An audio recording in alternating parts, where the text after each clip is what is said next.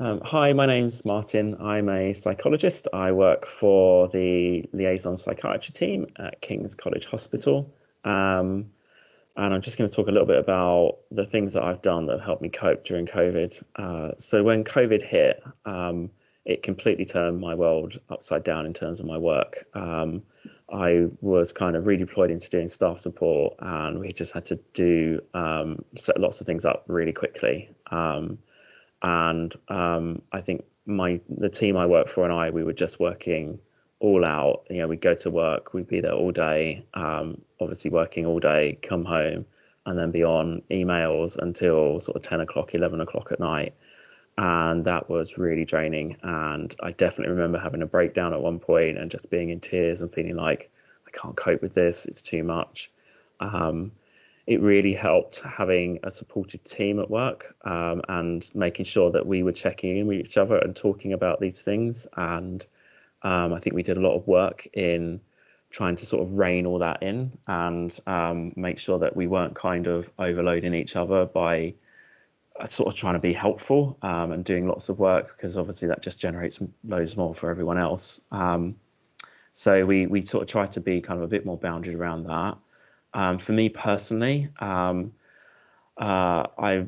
really like cycling, and so I made sure I was kind of cycling into work a few days a week. I think I felt really grateful that I've been able to physically go into work. I know there's probably lots of people working in the trust who have kind of been more or less banned from coming into work, and having to work from home. And obviously that's the guidance at the moment. For me, working in King's, we have to physically be there, and there have been times where I think I felt a little bit resentful that there were so many people, who were just working from home, and that felt unfair. We had to come in, and there's dangers in the hospital, and it kind of grated a little bit at times, but actually on balance, I've been really grateful to be able to go in. It's having routine has been so important for me to kind of get through this, and being able to physically go into work and see my colleagues and not do everything via video has been really invaluable. So yeah, so making sure I'm getting some physical exercise I know is really important for me.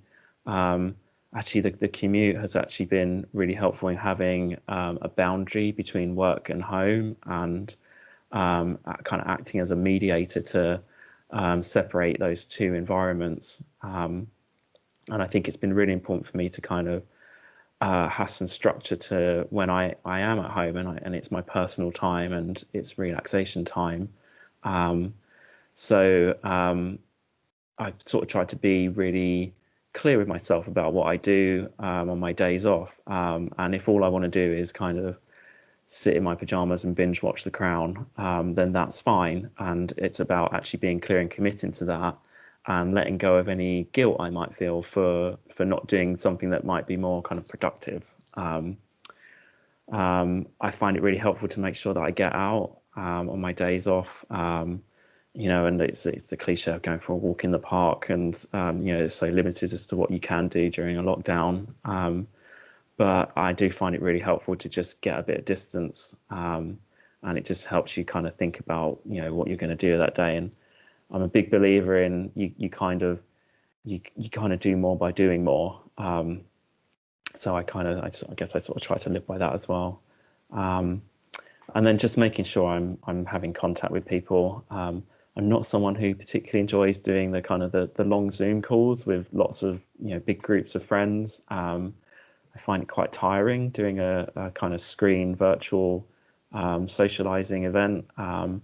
But I kind of push myself through it, because I think relationships with friends and family are so important. And although I kind of find it a bit kind of draining, I also get benefits from it, and it's really great to kind of have that contact, however you're getting it. So I guess those are my top tips for looking after yourself: structure, routine, getting some exercise, making sure you're getting out, making sure you're having contact with friends and family. Thank you.